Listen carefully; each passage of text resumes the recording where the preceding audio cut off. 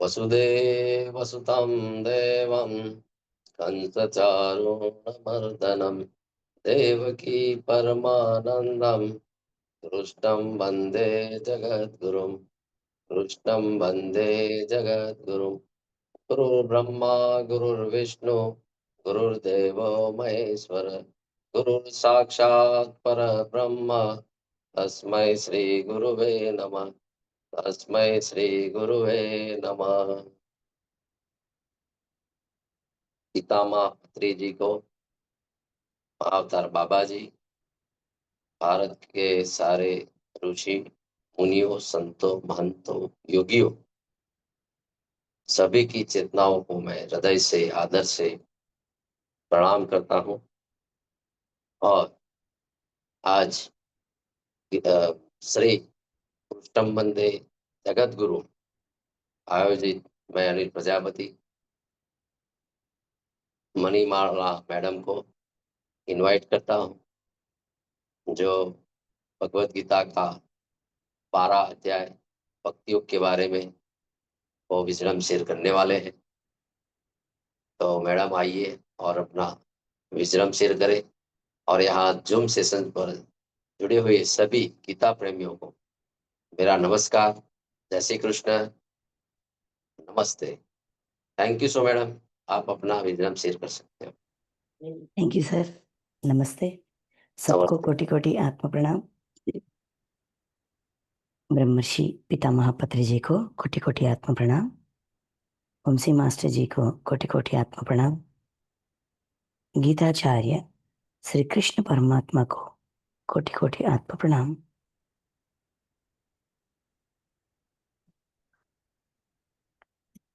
तो 20 मिनट के लिए ध्यान करते हैं। पहले आपके शरीर को कैसे सुख लगती है, कैसे कंफर्टेबल है, वैसे बैठ जाइए। अपने हाथों की उंगलियों को ऐसा क्रॉस कर लीजिए, पाँव को क्रॉस कर लीजिए, आंखें बंद कर लीजिए। थोड़ा समय अपने अंदर के प्रयाण में लगे रहेंगे। बहुत देख लिया बाहर दुनिया, अंदर की दुनिया को समझने की प्रयास करेंगे। तो शुरू करते हैं। 2 बार डीप ब्रेथ, दीर्घ श्वासा, डीप ब्रेथ फॉर 2 टाइम्स।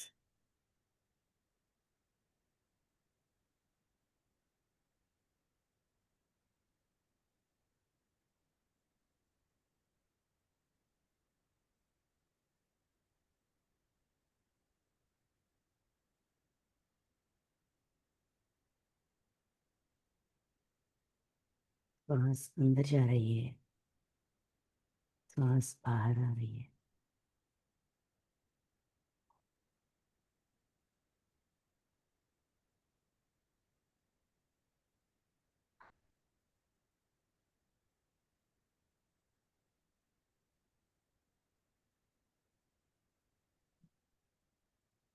अब सहज स्वभाव से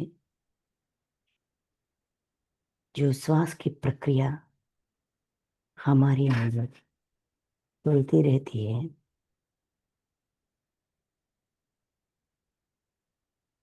उस श्वास पर ध्यास,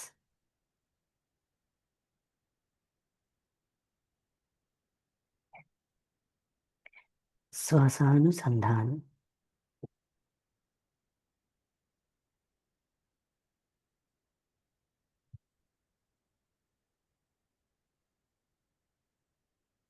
श्वास धारा, ध्यास धारा,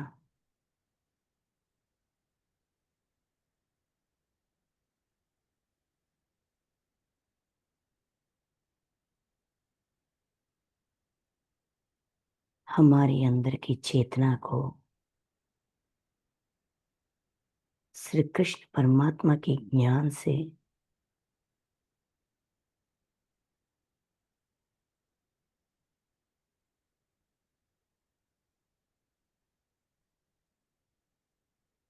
परिचय करवाने परिचय करवाने की प्रयत्न कर रहे हैं।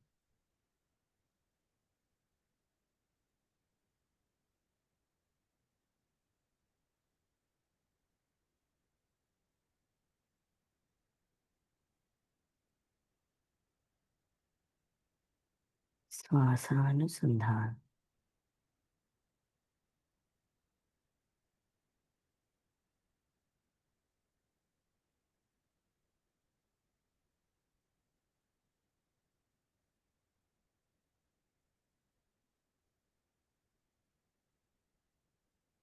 अपनी चेतना को गीता जी से गीता जी का परिचय करवाते हैं,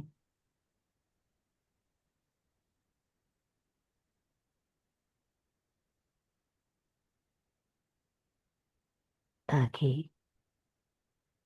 सिर्फ हम ही नहीं, हमारी चेतना भी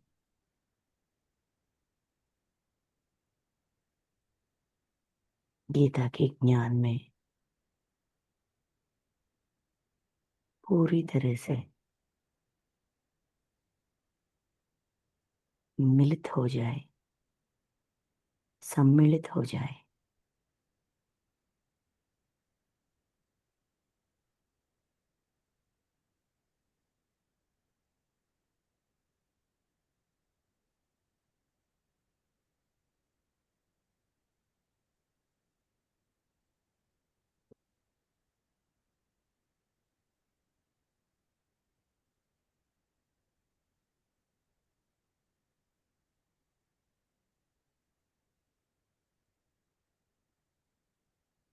श्वास धारा, ध्यास धारा।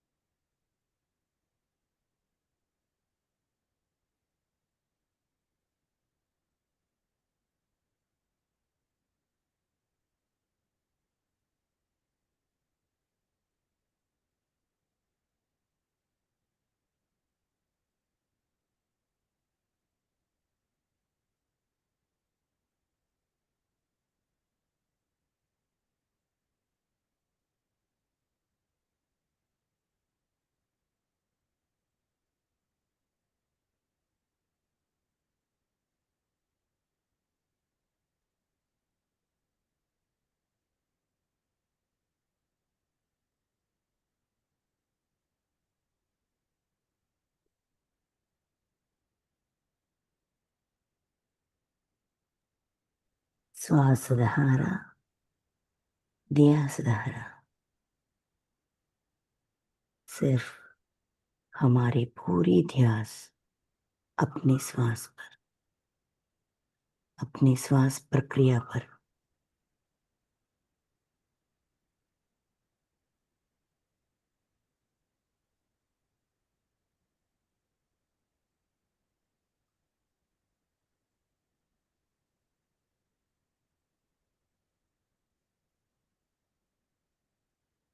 श्वासानुसंधान।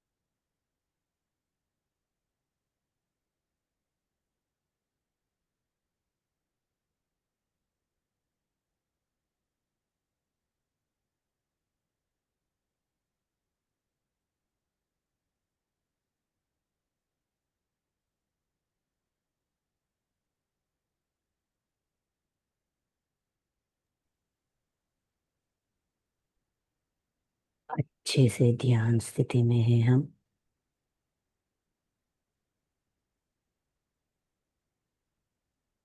अपनी स्थिति से हिलना नहीं,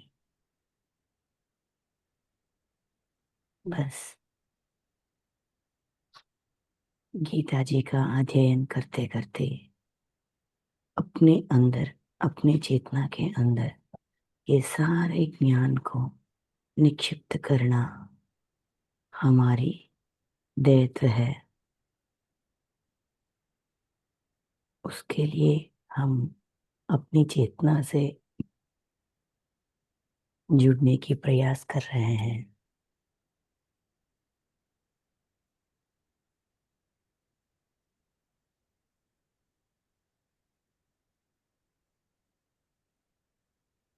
श्वास धारा, ध्यान धारा।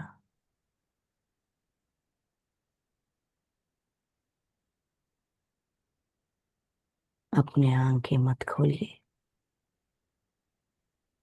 आखिरी 5 मिनट श्वासानुसंधान।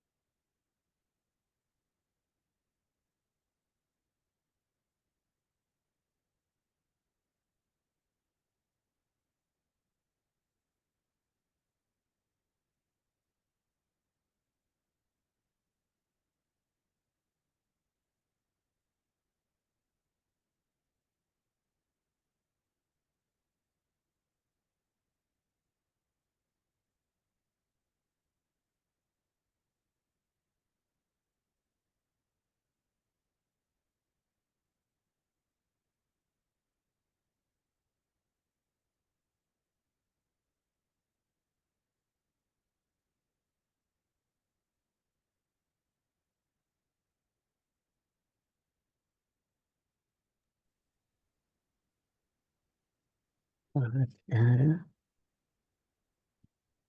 ध्यास धारा।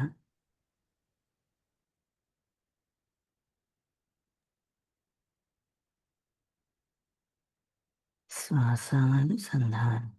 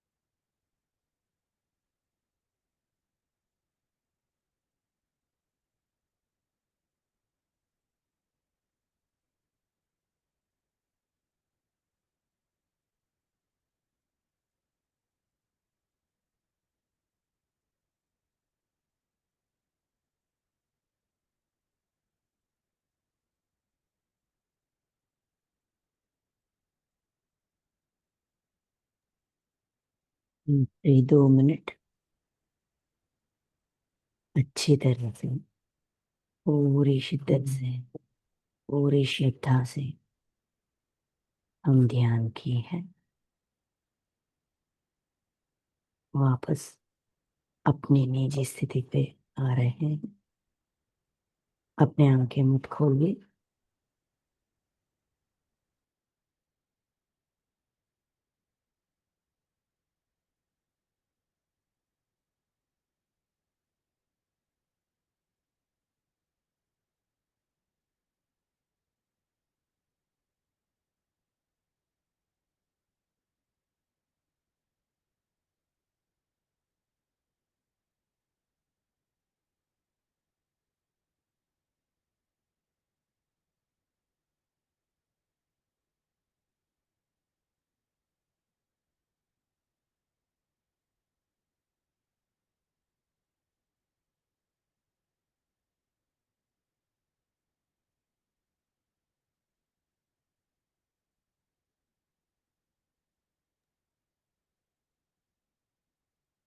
श्वासानुसंधान।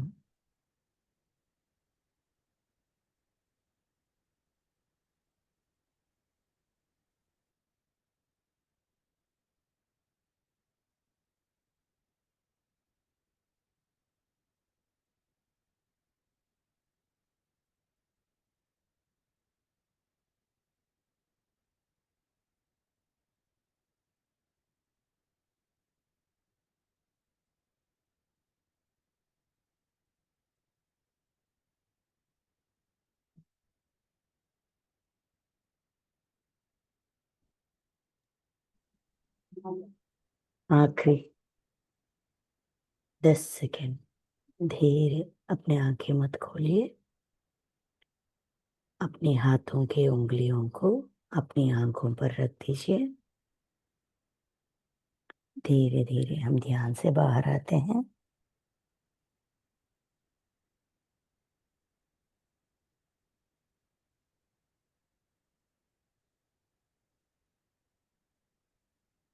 5 4 3 2 1 0। धीरे धीरे अपने हाथों के उंगलियों को हटाकर धीरे धीरे आंखें खोलिए और अपने हाथों को देखिए।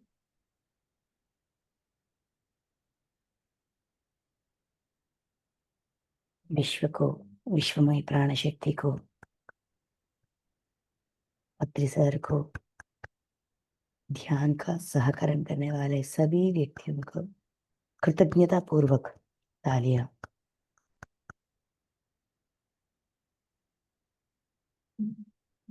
Thank you masters.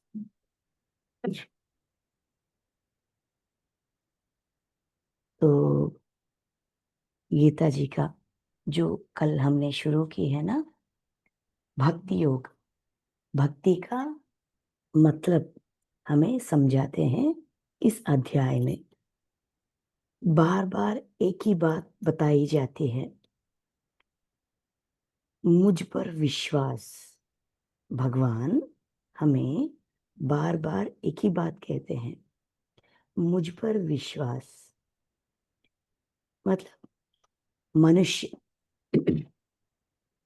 मनुष्य अपनी जिंदगी सुखी से, मतलब जो वो जैसा जीना चाहता है, अगर वैसा जीना मुमकिन है कि नहीं, ऐसा हमें डाउट भी होती है ना, संशय भी होती है। तो वो संशय को दूर करने के लिए हमारे पास एक अस्त्र है, बहुत पावरफुल अस्त्र। वो है भगवान पर विश्वास। उसी के बारे में, वो विश्वास हमें अपने अंदर कैसे डेवलप कर सकते हैं। ऐसे भी कहते हैं, अच्छा बाबा तू ऐसा करना। ओ, तू ऐसा भी नहीं कर सकता है, अच्छा ठीक है तो ऐसा करना। ऐसा भी तुझसे नहीं हो रहा है तो ठीक है ऐसा करना।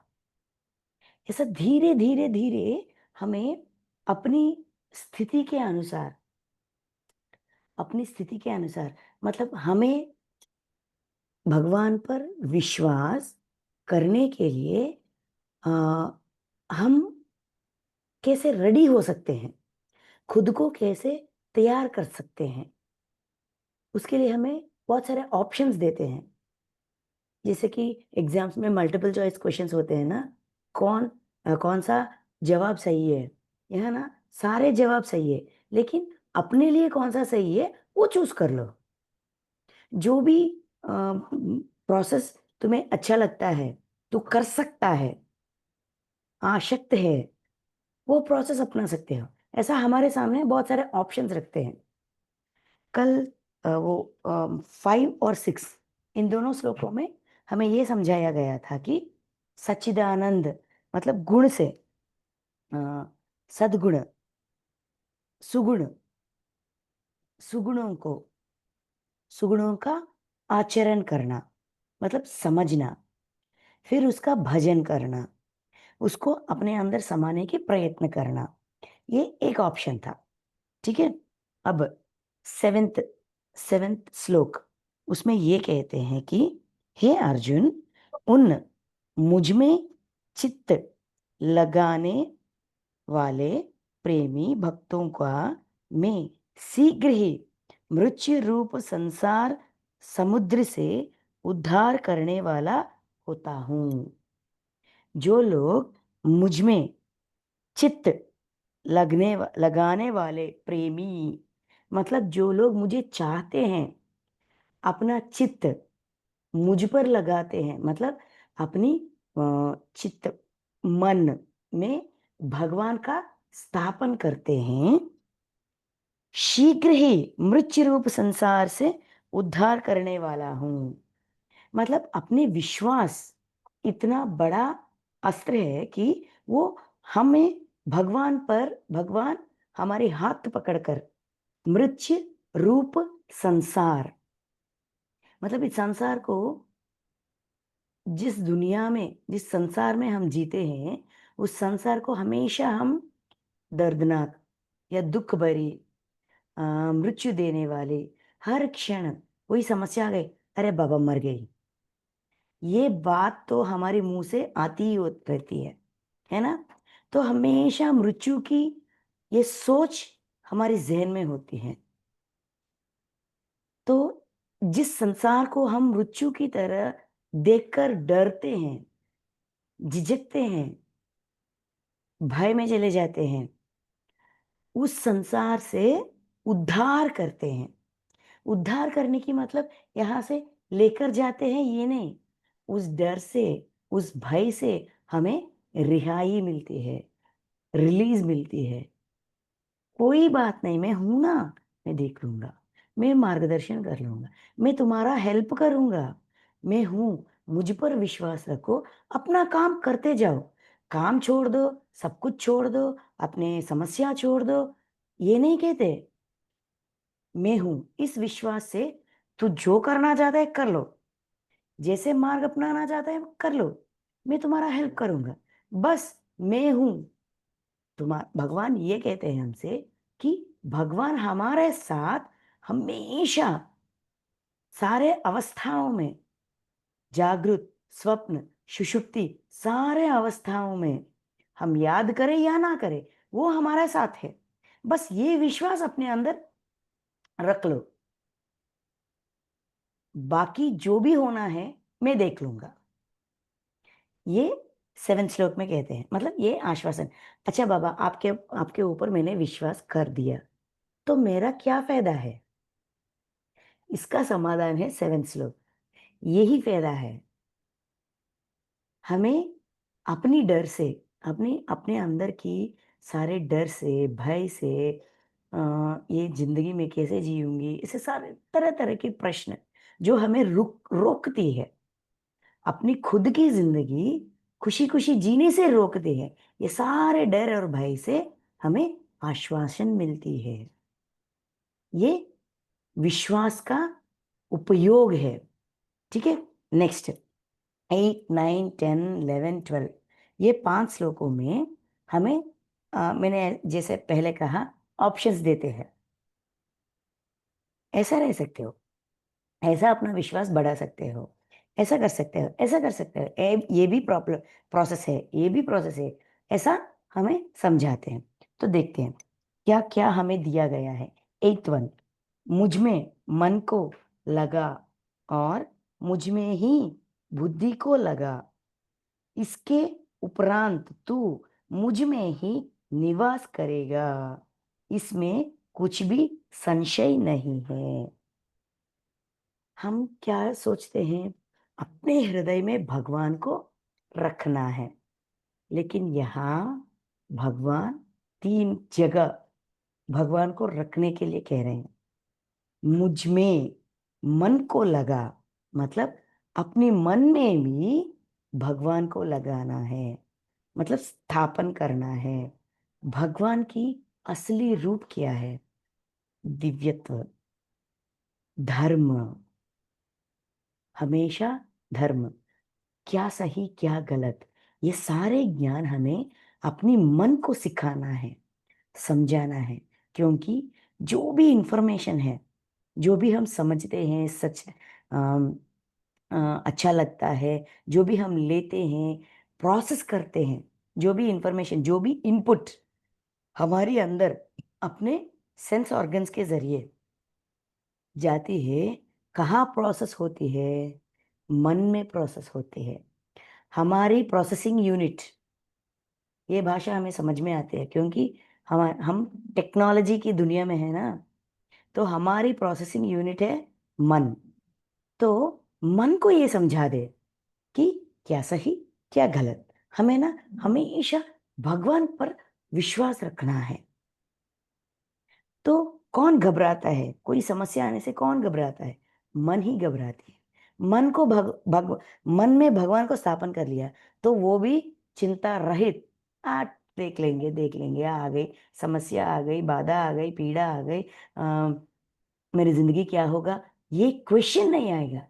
अच्छा बाबा भगवान कोई तो मार्ग दिखाएगा, वो देख लेगा कि मतलब क्या है, वो मार्गदर्शन करेगा, कोई तो मार्ग दिखाएगा।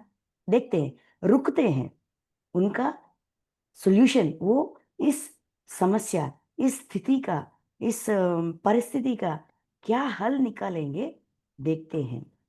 रुको रुको, घबराना नहीं, ऐसा हमारी मन ही हमें समझाएगा। तो इसीलिए मन में स्थापन करो। नेक्स्ट, और मुझ में ही बुद्धि को लगा, अपने बुद्धि में भी धर्म और भगवान का स्थापन। यहाँ बुद्धि की मतलब अपनी विचक्षणा ज्ञान, जैसे कि कॉमन सेंस, अपना कॉमन सेंस, इंटेलेक्ट, जो क्या कहते हैं, अ, ज्ञान अलग और इंटेलिजेंस अलग। तो अपनी अ, हम सोचते हैं ना, कि जैसे कि लॉजिकल थिंकिंग,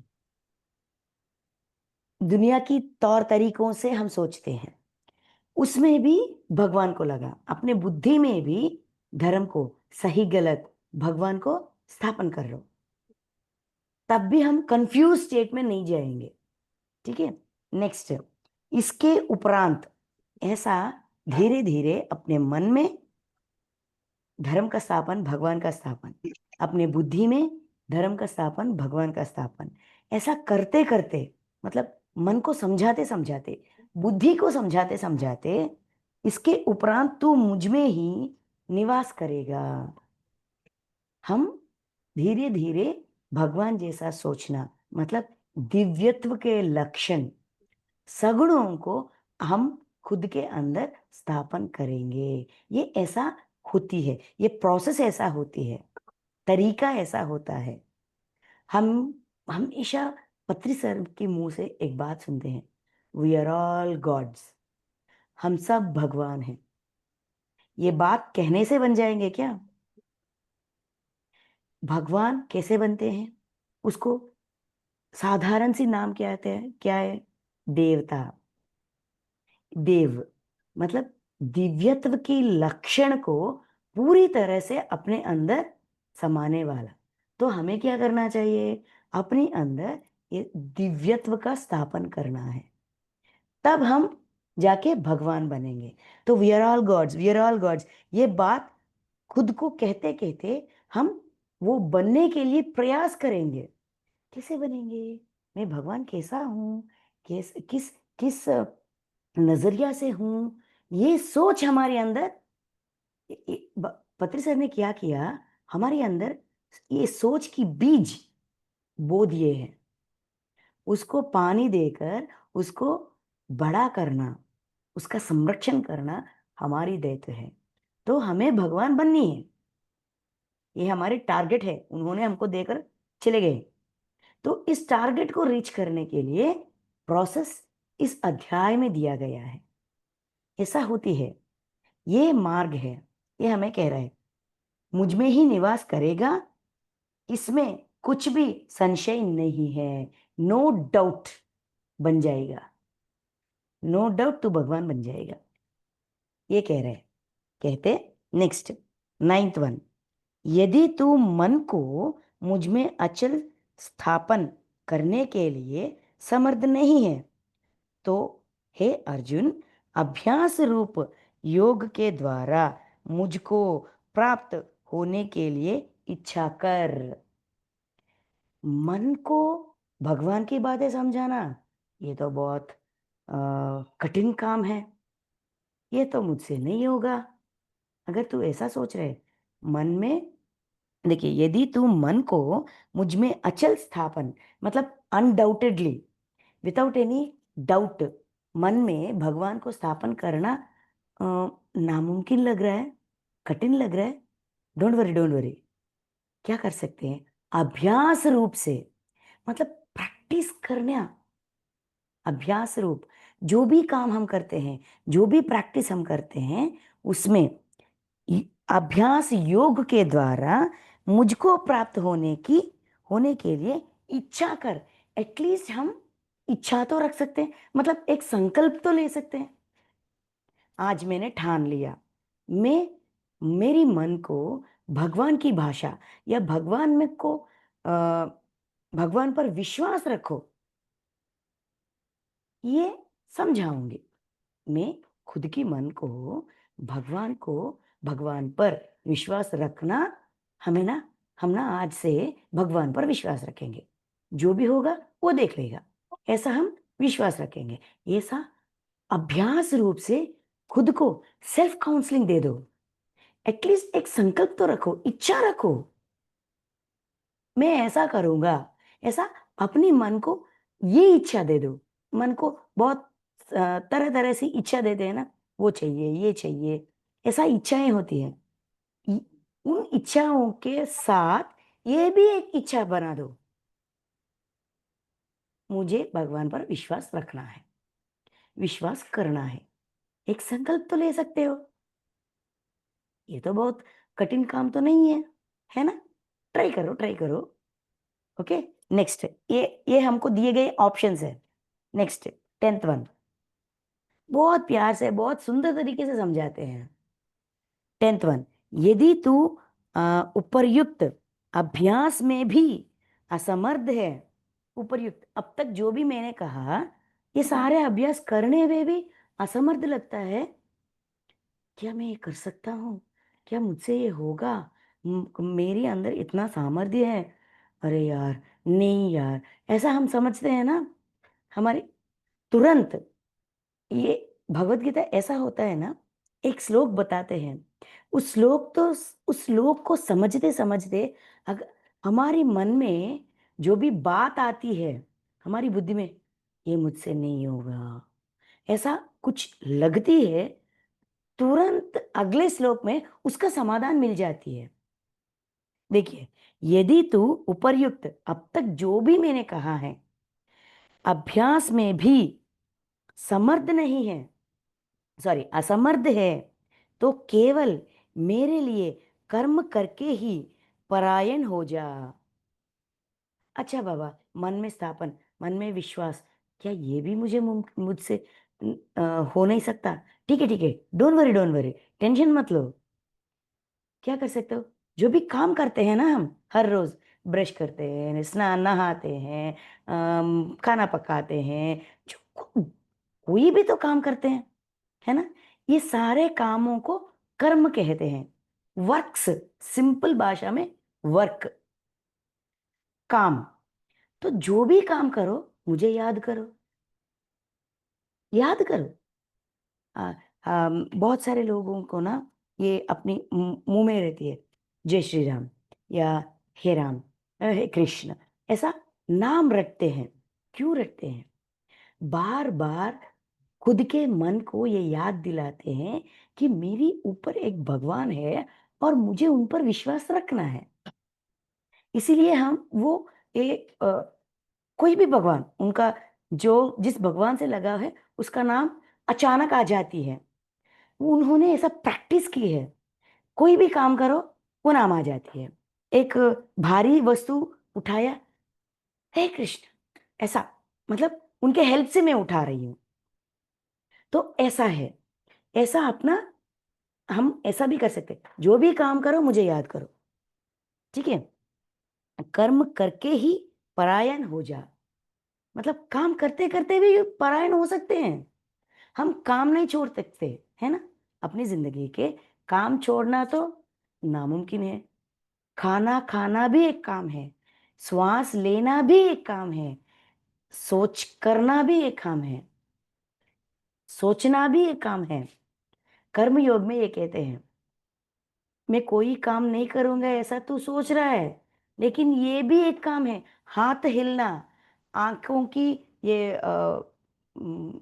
आईलिड्स, उसको बंद करना भी एक काम है। काम के बिना कोई मनुष्य अ, नहीं रह सकता, काम करने के बिना। तो जो भी काम करो विश्वास रखो, मतलब परायण। इस प्रकार मेरे निमित्त कर्मों को करता हुआ भी मेरी प्राप्ति रूप सिद्धि को ही प्राप्त होगा। ऐसा भी भगवान को हम प्राप्त कर सकते हैं। छोटी छोटी जो भी छोटा छोटा काम हम करते हैं उसमें भी हम भगवान को याद कर सकते हैं, ठीक है।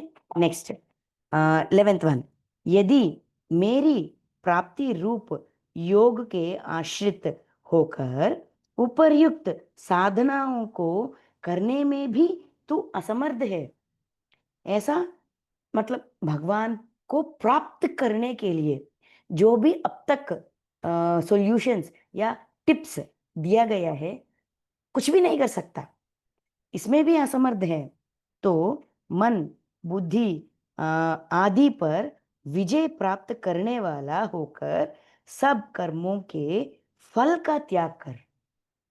अच्छा ठीक है, काम करते करते भी मैं याद नहीं कर सकता, वेरी गुड, अपने काम कर लो, कर्म फल को त्याग कर लो।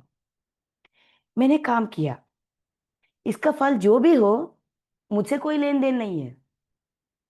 ये काम भगवान ने मुझे दिया है, मतलब ये फैमिली, ये भाई बहन, ये पति पत्नी, ये बच्चे, ये सब कुछ भगवान ने मुझे दी है। इनके लिए जो भी मैं करता हूं, करने के लिए मुझे एक अवसर दिया गया है। अपनी कर्मों का प्रक्षालन करने का या प्रायश्चित करने के लिए मुझे एक अवसर, एक अपॉर्चुनिटी मिली है। उस अपॉर्चुनिटी को मैं भली भांति निभा रही हूं, बस। इससे अतिरिक्त, मतलब इसका रिजल्ट जो भी हो मुझे कोई लेन देन नहीं है। बस मेरी काम, मेरा ड्यूटी, मेरा दायित्व अपने कर्म करना, बस कर्म ही करते रहो, फल को छोड़ दो, कर्म फल का त्याग कर। This is the ultimate solution for our problems.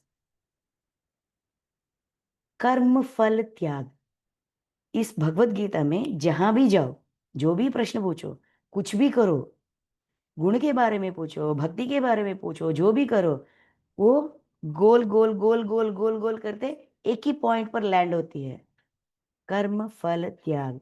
निष्काम कर्म कल, निष्काम कर्म, यज्ञार्थ कर्म, यही आकर रुकती है।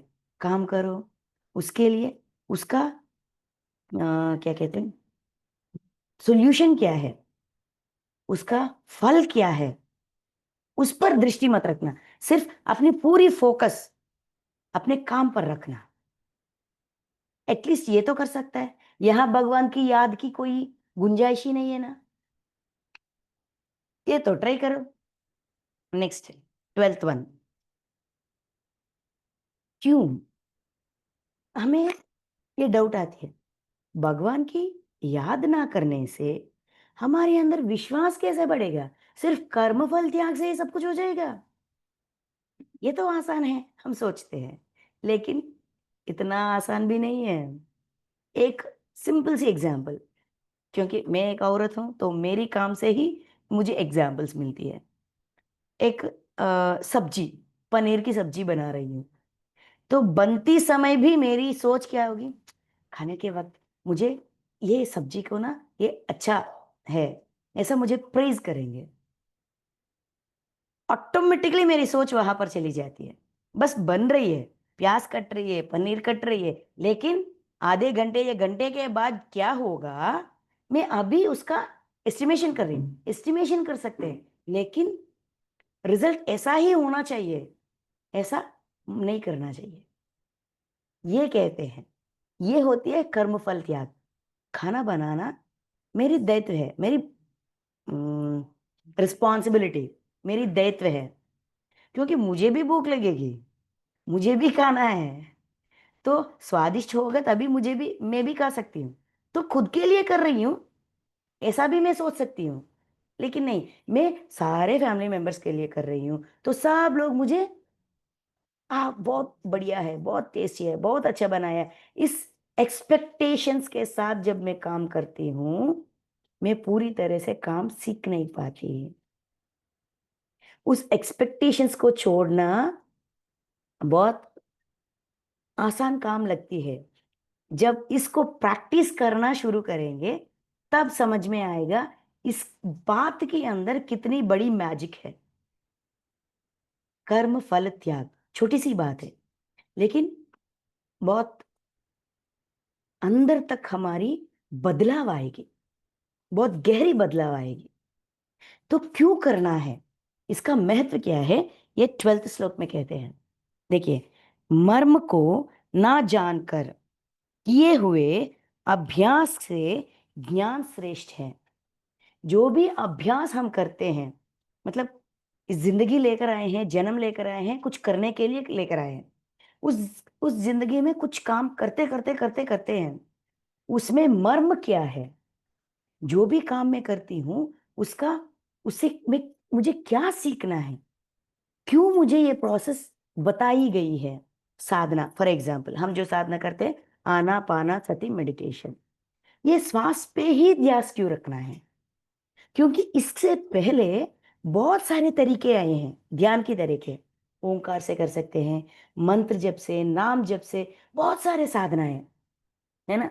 ध्यान के लगभग 120, 120 प्रोसेसेस महादेव पार्वती माता से कहते हैं।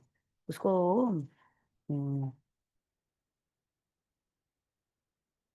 विज्ञान भैरव तंत्र, उसमें कहाया जाता है। तो बहुत सारे प्रोसेसेस हैं, हम सिर्फ इसी प्रोसेस को क्यों अपनाएं? हमें इतनी गहराइयों में जो भी अभ्यास हम करते हैं, उसकी अंदर की ये जो मर्म है, जानना चाहिए। श्वास पे ही ध्यास क्यों? क्योंकि मन को जीरो करने के लिए, मन को सुलाने के लिए सारे 5 इंद्रियों को जीरो करना है। ओंकार करने से या नाम जप करने से या कुछ भी करने से फिर वापस मन जगती है, सोती है कुछ क्षण के लिए, फिर वापस जगती है। और हमारी ये समय ऐसा है कि हमारे पास साधना के लिए बहुत कम समय है, और भाग दौड़ की जिंदगी है। तो जितना भी समय हम लेते हैं, वो पूरी तरह से फुलफिल हो, उसके लिए शॉर्टकट श्वास पे ध्यास, पूरा ध्यास श्वास पे। मन एटलीस्ट 5-10 मिनट्स कंटिन्यूसली सो सकती है, तभी हम अपनी विश्वमय प्राण शक्ति से, विश्व से हमारी चेतना, हमारी अंदर की जीवात्मा जुड़ सकती है और वो एनर्जी ले सकती है। ये आसान तरीका है इस दुनिया से, इस समय के लिए परफेक्ट मैच है, इसीलिए हम ये प्रक्रिया कर रहे हैं। तो जो भी अभ्यास करो उसका मर्म समझो। मर्म को ना जानकर किए हुए अभ्यास से ज्ञान श्रेष्ठ है। ऐसा अभ्यास ना करो जिसका मर्म नहीं जानते, इससे बेटर ज्ञान श्रेष्ठ है। ज्ञान से मुझ परमेश्वर के स्वरूप का ध्यान श्रेष्ठ है। ज्ञान से भी श्रेष्ठ ध्यान है, क्योंकि अगर ज्ञान को समझना है तो उतनी समझदारी होनी चाहिए। वो कैसे प्राप्त होती है? ध्यान से प्राप्त होती है। ठीक है, नेक्स्ट। और ध्यान से भी सब कर्मों के फल का त्याग श्रेष्ठ है। ज्ञान को नहीं समझ सकते, ज्ञान के समझने ज्ञान से भी कर्म फल त्याग श्रेष्ठ है। क्योंकि जब हम अपनी पूरी फोकस अपने काम पर रखते हैं, जाहिर सी बात है कि हम अपनी काम में परफेक्शन लेकर आते हैं। नई नई तरीके, नई नई तरीके ढूंढते हैं। पहले पहले दिनों में जब कोई ऑफिस जा रहे हैं या स्कूल जा रहे हैं, कुछ नए नए सीख रहे हैं, तब उनको पूरी तरह से वो बात समझ में नहीं आती, लेकिन वो प्रैक्टिस करते करते वो आसानी से किसी और को समझा सकता है। पूरी फोकस अपने काम पर रखो तो उसमें परफेक्ट हो जाएगा। वही ज्ञान है ना। उस उस फील्ड में 10-20 साल से हम खाना पका रहे हैं, उस फील्ड में हम परफेक्ट है। अब 5 मिनट दो, 10 मिनट दो, कुछ बना देंगे खाने के लिए, है कि नहीं? जो भी चीज है उससे बना सकते हैं, क्योंकि खाना कैसा बनाना है और किस नुस्खों से बनाना है हमने सीख लिया, परफेक्ट हो गए। इसीलिए सबसे श्रेष्ठ है कर्मफल त्याग। फल पर दृष्टि मत रख, बस काम पे ध्यान रख, बस श्वास पे ध्यान रख। एक ही काम, एक ही समय, एक ही काम, दो काम नहीं, ये बता रहे हैं। इसीलिए कर्मफल त्याग सबसे श्रेष्ठ है, क्योंकि त्याग से तत्काल, उसी क्षण, त्याग से तत्काल ही परम शांति होती है। उसी क्षण हृदय में अपने अंदर शांति प्राप्त करते हैं। अगर हमें इस फल पर इच्छा है, तब हमारी दिमाग में ये झंझनाहट होती है, क्या वो प्रेज करेंगे या नहीं करेंगे, मेरा बॉस क्या कहेगा क्या नहीं कहेगा, क्या क्या होगा क्या नहीं होगा, रिजल्ट 60% आएगा 70% आएगा, ये संशय, ये क्या होगा क्या होगा क्या होगा क्या होगा, इस झंझनाहट से, इस डिस्टर्बेंस से रिहाई होगी, मन में शांति। इंस्टेंट रिजल्ट क्या है कर्म फल त्याग का? इंस्टेंट रिजल्ट मन की शांति, नो डिस्टर्बेंस, काम कर दिया, हो गया, बस।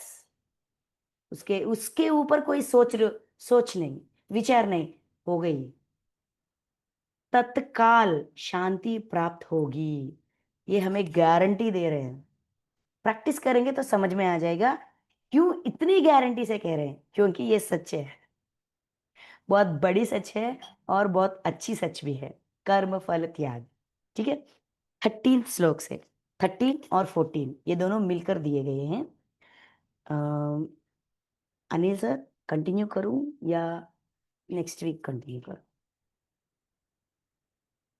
यहां से रोक नहीं सकते, मतलब सारे 8 श्लोक मिलजुल कर जाना है, तो 15 मिनट और लगेगा, तो कंटिन्यू करूं या रुक?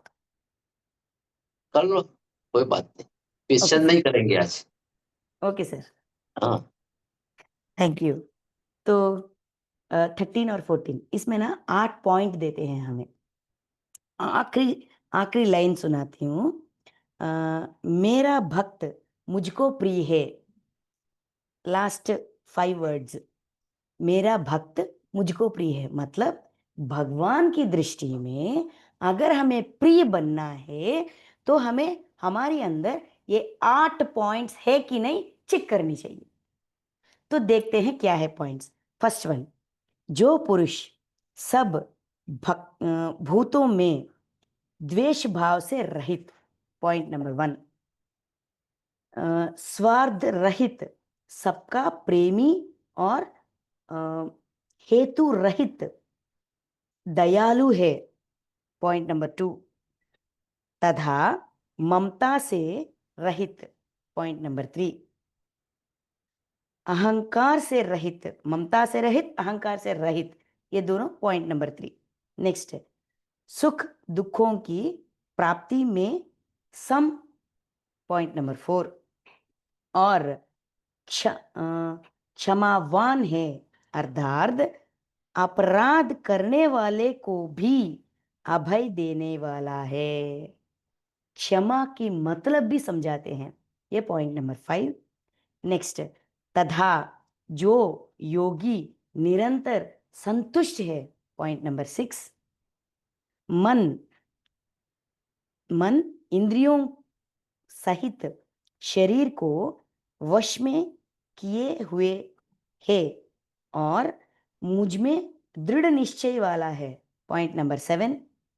वह मुझ में अर्पण किए हुए मन बुद्धि वाला मेरा भक्त मुझको प्रिय है, पॉइंट नंबर 8। 8 पॉइंट्स, ये दोनों श्लोकों मिलकर। तो देखते हैं, जो पुरुष सब भूतों में द्वेष भाव से रहित, सारी प्राणी कोटि में कोई भी प्राणी कोटि, वो चींटी ना क्यों ना हो, वो मच्छर क्यों ना हो, वो बैक्टीरिया क्यों ना हो, वो वायरस क्यों ना हो, किसी भी प्राणी कोटि के प्रति द्वेष भाव नहीं रखने वाला, पॉइंट नंबर 1। मतलब हमारे हृदय में द्वेष का कोई जगह नहीं रखनी चाहिए। अपनी चेतना में भी, अपनी चेतना में भी किसी प्राणी के प्रति द्वेष भाव, भूतों में मतलब सारी प्राणी कोटि ना, इतना ही नहीं, नेचर प्रकृति में भी द्वेष भाव नहीं रखने वाला। ये ऐसा होता है ना, एक बड़ी लंबी सी लिस्ट होती है, चेक लिस्ट, लिख कर कहीं चिपका कर, हूं कि नहीं, हूं कि नहीं, हम खुद को आत्म परिशीलन, सेल्फ चेकिंग कर सकते हैं। नेक्स्ट, स्वार्थ रहित, सबका प्रेमी और हेतु रहित दयालु। अगर ये मेरा है, मेरी दोस्त है, इसीलिए प्यार करूंगा। मेरा बच्चा है, इसीलिए प्यार करूंगा। मेरी फैमिली है, इसीलिए प्यार करूंगा। मेरी राष्ट्र है, मेरी भाषा है, मेरी देश है, मेरी प्रपंच मतलब मेरी प्लैनेट है, अर्थ, सारे भूमि में सारी प्राणी, एवरीवन, सबसे मैं प्यार करती हूँ।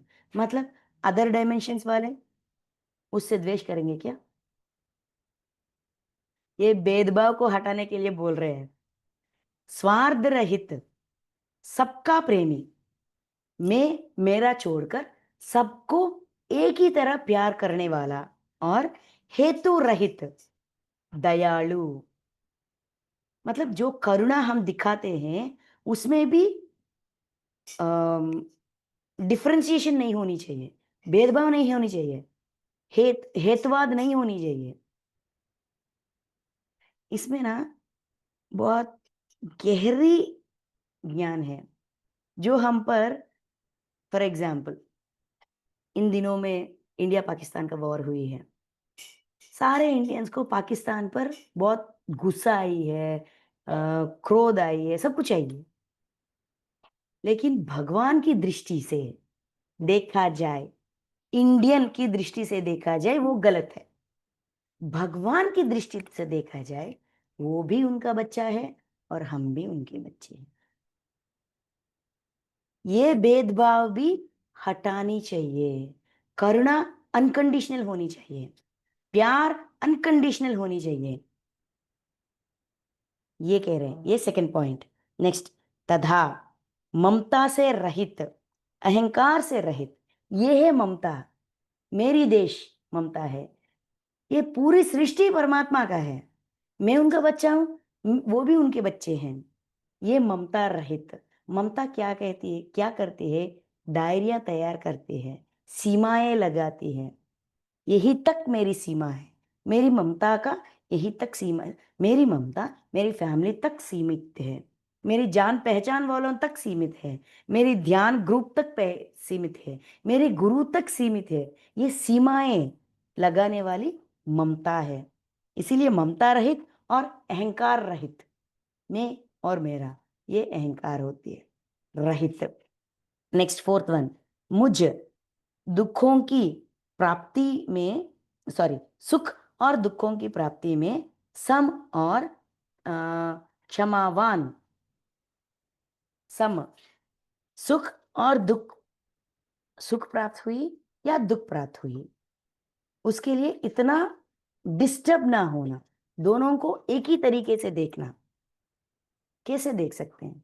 सुख को, अगर सुख प्राप्त हुई खुशी आती है, दुख प्राप्त हुई तो दर्द आती है, दोनों को एक समान कैसे देखते हैं? क्या ये मुमकिन है? हाँ, मुमकिन है। क्योंकि ये दोनों क्यों आई है हमारी जिंदगी में? जो हम सीखने के लिए एक लाइफ डिजाइन प्लान करके आए हैं ना, उस सीख को समझने के लिए, उस सीख को सीखने के लिए हमें एक सिचुएशन चाहिए, एक परिस्थिति चाहिए। वही परिस्थिति है सुख, वही परिस्थिति है दुख। दुख दर्द देकर सिखाती है। जो दर्द मैंने भुगता, ऐसा दर्द मुझे किसी और को देना नहीं चाहिए, क्योंकि वो उस दर्द का गहराई क्या है वो मेरी समझ में आ गई। इसीलिए मुझे किसी और को देना नहीं चाहिए। ये लर्निंग हमें प्राप्त होती है दुख से। सुख से कौन सी लर्निंग प्राप्त होती है? सुख से धन्यवाद पूर्वक जीना है, क्योंकि जो सुख मैंने प्राप्त की है, ये इसीलिए प्राप्त हुई है क्योंकि मैंने किसी और को वो सुख दी है, खुशी दी है। खुशी देने से खुशी प्राप्त होती है। तो हमेशा खुशी चाहिए, तो हमेशा सबको खुशी दे। खुद खुश रहना, सबको खुश रखना आसान है। ये सिखाती है। दोनों को समान देखने, मतलब दोनों आई है मुझे कुछ सिखाने के लिए। इस नजरिया से देखा जाए तो एक समान हो जाते हैं खुशी और दुख, सुख और दुख। ठीक है। नेक्स्ट, क्षमावान, द बेस्ट क्वालिटी जो हम आसानी से अपने अंदर डेवलप कर सकते हैं। क्षमावान, इसका एक्सप्लेनेशन देखिए। क्षमावान है अर्थात अपराध करने वाले को भी अभय देने वाला। उन्होंने हमें दर्द दी है, हमारी प्रति अपराध की है, फिर भी कोई बात नहीं, अगर तुझे कोई हेल्प चाहिए मैं करूंगा। अभय देने वाला, कोई बात नहीं, जो हो गया सो हो गया, अगर तुझे कुछ हेल्प चाहिए तो मैं रहूंगा। ऐसा अभय देना चाहिए हमारे शत्रु को भी, जिसको हम शत्रु मानते हैं। भगवान की नजरिया में कोई शत्रु नहीं है, सब मित्र हैं। लेकिन हमारी नजरिया में गिनी चुनी हुई कुछ शत्रु होते हैं। उनके प्रति हमें ऐसी भावना से रहनी चाहिए। अपराध करने वाले को भी अभय देने वाला, तथा एंड जो योगी निरंतर संतुष्ट है, सेटिस्फैक्शन, तृप्ति, जो भी मेरी जिंदगी में है उससे मुझे तृप्त रहना है, संतुष्ट रहना है। क्योंकि ये भी ना होने वाले बहुत सारे हैं, लोग हैं जिनके पास घर नहीं है, करने के लिए काम नहीं है, खाने के लिए खाना नहीं है, बैठने के लिए जगह नहीं है, बाहर की वातावरण की कंडीशन से खुद को रक्षण करने के लिए एक छत नहीं है। अगर गर्मी हो, हमारे पास फैन है, कूलर है, एसी है, के पास कुछ नहीं, बस धूप में रहते हैं। अगर उससे कंपेयर करें तो हमारा जिंदगी जिंदगी बहुत हैप्पी है ना, कंफर्टेबल है ना। उस कंफर्ट से हमें संतुष्ट होना है। क्षमा गुण और संतुष्ट, ये दोनों होनी चाहिए। इसीलिए और तथा जो योगी निरंतर संतुष्ट है, जो व्यक्ति निरंतर संतुष्ट है वो एक योगी है। योगी का लक्षण है संतुष्ट होना। नेक्स्ट, मन इंद्रियों इंद्रियों सहित शरीर को वश में है किए हुए है और मुझ में दृढ़ निश्चय। मन, इंद्रिय, शरीर सब खुद के कंट्रोल में, और विश्वास किस पर? भगवान पर। मन में कुछ विचार आई, डोंट वरी डोंट वरी, जो समस्या आ गई उसका परिष्कार भी उसके पीछे ही आएगा। डोंट वरी, भगवान देंगे। तू उछल मत, डर मत।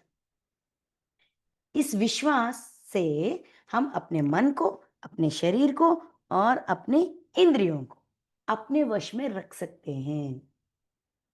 वश में रखने के मतलब कंट्रोल करना नहीं, समझना।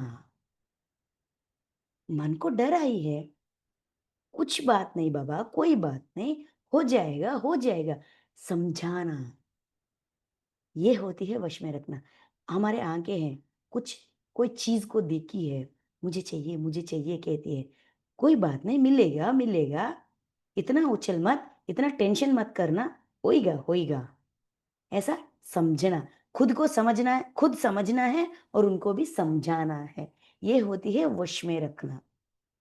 नेक्स्ट, आखिरी आखिरी पॉइंट इन दोनों श्लोकों का, वह मुझ में अर्पण किए हुए मन बुद्धि वाला मेरा भक्त मुझको प्रिय है। मतलब पूरा विश्वास जब हमें इस परमात्मा पर, भगवान पर होता है, भगवान ऐसे लोगों को अपना प्रिय मानते हैं। ठीक है, नेक्स्ट 15th वन, ये यहां से सारे श्लोकों के पीछे लास्ट वर्ड, ऐसा भक्त मुझको प्रिय है, ऐसा भक्त मुझको प्रिय है, ऐसे कहते हैं। तो उनकी नजरिया में भक्त कौन है, ये 13 से 20 तक ये सारे 8 श्लोकों में हमें समझाया जाता है। नेक्स्ट 15th वन, ये 9th पॉइंट है, जिससे कोई भी जीव उद्वेग को प्राप्त नहीं होता। द बेस्ट, अगर हम अपनी जिंदगी में इंप्लीमेंट करना चाहते, एक ही बात, इतने सारे बात मुझसे नहीं होगा, सिर्फ एक बात बता दो जो मैं अपनी जिंदगी में अपनाऊं, उससे सारे अपने आप आ जाएंगे। तो यह है 15th श्लोक, जिससे कोई भी जीव जिससे कोई भी जीव उद्वेग को प्राप्त नहीं होता और जो स्वयं भी किसी जीव से उद्वेग को प्राप्त नहीं होता, तथा एंड जो हर्ष, अमर्ष, भय और उद्वेगादि से उद्वेग आदि से रहित है, वह भक्त मुझको प्रिय है। उद्वेग होना और उद्वेगित करना, ये दोनों मना है। हम किसी को इंस्टिगेट करते हैं, हमें कुछ गुस्सा आ गई तो तुरंत हमारे आसपास जो भी है उस भड़ास उन पर निकालते हैं, या तो कहते अरे यार इन्होंने ऐसा किया, ऐसा काम किया, ये कोई कर सकता है क्या, ऐसा करना ठीक है क्या, क्यों ऐसा कर रहे हैं, ऐसा हम तुरंत बताते जाते हैं। जो सुनते हैं ना उनके दिमाग पर इसका असर पड़ती है। जिस व्यक्ति के बारे में हम कह रहे हैं ना, उस व्यक्ति के बारे में इनके दिमाग में एक ओपिनियन बिल्डअप हो जाती है, तैयार हो जाती है। किसी को भी इमोशनली डिस्टर्ब नहीं करना चाहिए, उनके दिमाग में ऐसा ओपिनियंस डेवलप नहीं करनी चाहिए। जिससे कोई भी जीव उद्वेग को प्राप्त नहीं होता, सिचुएशन जो भी हो, परिस्थिति जो भी हो, जो जिसने भी कुछ कहा है, मीडिया में कहा या मोबाइल में कहा या मैसेज में भेज दिया या वॉइस मैसेज आ गई या वीडियो मैसेज आ गई, जो भी आ गई, हमें अपनी संतुलन को नहीं खोनी चाहिए। उद्वेगित नहीं होनी चाहिए, प्राप्त नहीं होता। जो स्वयं भी किसी जीव से उद्वेग को प्राप्त नहीं होता, किसी ने हमको उद्वेगित किया, हमें उद्वेगित नहीं होनी चाहिए, मतलब इमोशनली डिस्टर्ब नहीं होनी चाहिए, और हमें किसी और प्राणी को इमोशनली डिस्टर्ब नहीं करनी चाहिए। ऐसा भक्त मुझे प्रिय है। मोटिवेशन अलग, लेकिन उद्वेग अलग। इमोशनली हम उन्हें बहुत डिस्टर्ब कर जाते हैं, डिस्टर्ब करते हैं, वो अभिप्राय बिल्डअप करते हैं, ओपिनियंस बिल्डअप करते हैं, उस ओपिनियंस की नजरिया से किसी उसको देखते हैं। उनको, जो जिन्होंने हमारी बात सुना है, उनको सच्चाई नहीं पता, बस हमारी नजरिया से उस व्यक्ति को देखते हैं। ऐसा कभी नहीं करनी चाहिए। छोटा सा एग्जाम्पल, हिरण्यकशिप और प्रहलाद। हिरण्यकशिप सबको मोटिवेट, अपने राज्य में सबको मोटिवेट करता है, मैं भगवान हूं, ऐसा मुझे अतिरिक्त, मेरी अतिरिक्त कोई भगवान ही नहीं है, ऐसा सबको उद्वेगित करते हैं। अगर देवता देवता दिखा तो मार डालो। इमोशनली टारगेट करते हैं बहुत से, इस दुनिया में इमोशनली टारगेट करने वाले बहुत सारे लोग होते हैं, तरह तरह से भगवान के नाम पर भी इमोशनली टारगेट करते हैं। मेरे हमारे भगवान को इन्होंने ऐसा किया, तो उनके लोग को, उनके भगवान को ध्यान करने वाले लोगों को हमें ऐसा करना चाहिए। ये भी उद्वेगित करना। किसी भी नाम पर उद्वेग ना होना है, उद्वेगित नहीं करना है।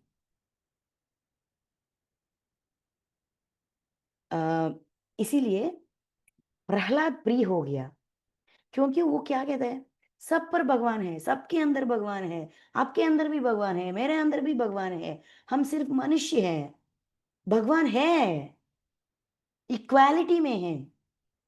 वो प्रिय हो गई, है कि नहीं? ऐसा हमें रहना है। और तथा एंड, जो हर्ष, अमर्ष, भय और उद्वेग, इन चारों दुर्गुणों से परे है। हर्ष मतलब अनकंडीशनल हैप्पीनेस, और अमर्ष मतलब डलनेस, जैसे कि बाधा आ गई तुरंत डाउन हो जाते हैं, खुशी आ गई या हैप्पीनेस सिचुएशन आ गई, तुरंत मेरे मतलब मैं ही सब कुछ हूं, मैं कुछ भी कर सकता हूँ। इंफीरियरिटी कॉम्प्लेक्स और सुपीरियरिटी कॉम्प्लेक्स, ये दोनों नहीं होनी चाहिए। नेक्स्ट, भय, डर। किसी का भय क्यों है? जब हमारे अंदर जिन्होंने मुझे तैयार किया, वो मेरी रक्षण के लिए हमेशा होगा। इस अभय मेरी अंदर ना होने के वजह से मेरी अंदर भय होती है, तो इसीलिए भय से उपरक्त होना चाहिए, और उद्वेग से रहित। ये चारों दुर्गुण हमारे अंदर नहीं होनी चाहिए। ऐसा भक्त मुझे प्रिय है। नेक्स्ट 16 श्लोक। जो पुरुष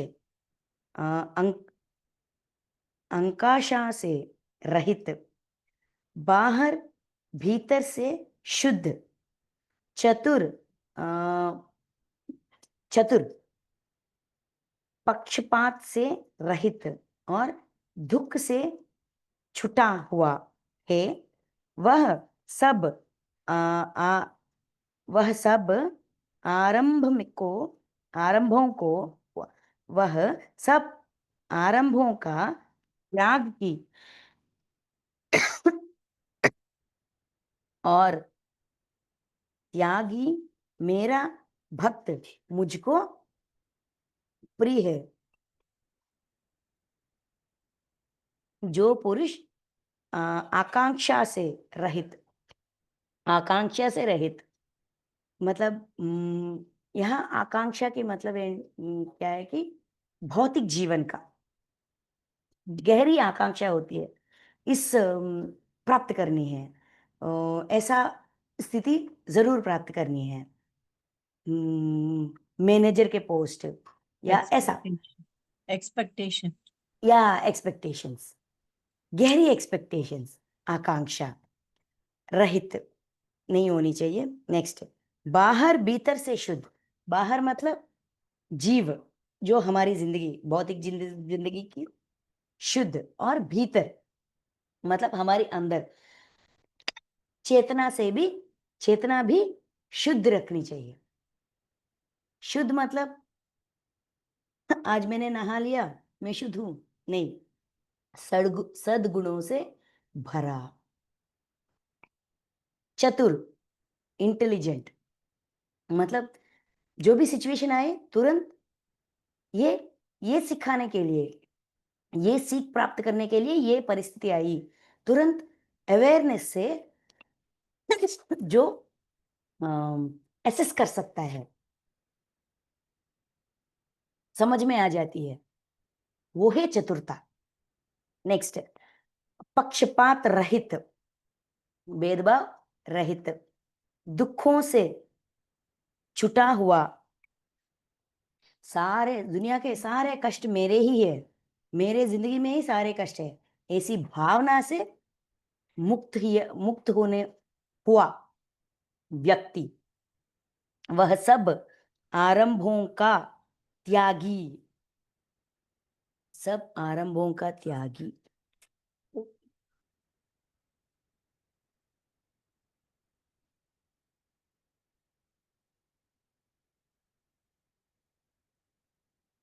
तो 3 श्लोकों आरंभ, मैं ले लूं, 3 श्लोकों मैं सर, ले लेता हूं, 3 श्लोकों पीछे का हाँ मैं ले लेता हूँ, 18, 19 और 20 हाँ, मैं ले लेता हूँ। चलो, ओके सर, यहाँ ये कंप्लीट कर लेती हूँ।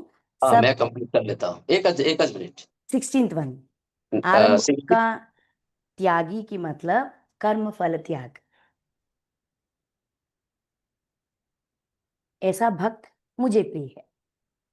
सर आप कंटिन्यू कीजिए। 18, 19 और 20 श्लोक के मैं कर लेता हूँ। Okay sir. समः शत्रौ च मित्रे च तथा मानापमानयो शीतोष्ण सुख दुखेषु समः संग विवर्जित तुल्य निंदा स्तुतिर्मौनि संतुष्टो येन केनचित् अनिकेतः स्थिरमति भक्तिमान् मे प्रियो नरः एतो धर्मामृतं येन यतो यक्त पर्युपासते श्रद्धानां मतर्मा भक्तास्तेतीव मे प्रिय। तो भगवान ने ये 18 श्लोक में बहुत अच्छा समझाया है कि कौन सा आपका भगवान आपका प्यारा कौन है, भगवान भक्त कौन सा भगवान प्यारा है। तो वो बोले कि जो शत्रु मित्र मान अपमान अनुकूलता प्रतिकूलता और सुख दुख में समता रखने वाला और संसार की आसक्तियों से रहित है, जो निंदा स्तुति को समान समझने वाला है, जो मननशील है, जो जिस किसी प्रकार से शरीर का निर्वाह होने में संतुष्ट रहता है, संतुष्टम सततम योगी, संतुष्ट रहने वाला भक्त प्रिय है। और शरीर में ममता आसक्ति रहित, शरीर में ममता नहीं रखने वाला और स्थिर बुद्धि वाला भक्त मुझे प्यारा है। और भगवान ये भी कहते हैं कि जो श्रद्धा प्रेम पूर्वक मेरे में परायण हो गए हैं और अभी गए हुए सिद्ध भक्तों को लक्षणों का रुचिपूर्वक सेवन करने वाला है, ऐसे साधक भक्त मुझे अत्यंत प्रिय है। और आपने बहुत अच्छा समझाया आगे कि भक्त के क्या लक्षण होते हैं, अर्थात इसमें भक्त में कौन कौन से गुण होते हैं। तो बहुत आपने अच्छा समझाया कि जो राग द्वेष नहीं करता, प्राणियों प्रति मित्रता रखता है, दयालु है, वही भक्त मुझे अच्छा प्रिय है। और क्षमाशील रखता है, सुख दुख में सम रहता है, सभी परिस्थितियों में संतुष्ट रहता है, शरीर इंद्रियों मन आदि में वश में रखता है। और आपने अभ्यास की बात कही कि भाई अभ्यास तो मन को वश करने के लिए अभ्यास ज़रूरी है, तो हम ध्यान निरंतर करते हैं, इससे हमारी इंद्रियों को हम मन को वश कर लेते हैं। ध्यान से हमारा ये पूरा कंसेप्ट हो जाता है कि भाई जितना अधिक ध्यान करेंगे, इतनी हमारी इंद्रिय और मन वश में हो जाएगा, तो अच्छी जगह जाएगा। ऐसा मन को वश करना એટલે अच्छी जगह पे जाएगा। तो बुद्धि मेरे में अर्पित रहती है, ऐसा दृढ़ निश्चयी भक्त मुझे प्यारा है। और आपने वो भी अच्छा बताया कि उद्वेग नहीं करता, खुद दूसरे को उद्वेग नहीं होता, हर्ष, ईर्ष्या, भय, उद्वेग से रहित भक्त मुझे प्यारा है। तो भक्ति के सारे लक्षण आपने बहुत अच्छे से समझाया मणिमाला मैडम। मुझे भी थोड़ा शौक था कि भक्त योग के बारे में थोड़ा बोलूं, और बहुत अच्छा रहा आपका। Very nice. और फिर आपका जो सेशन रहता है गुरु और शुक्र है ना? हाँ, थर्सडे एंड फ्राइडे।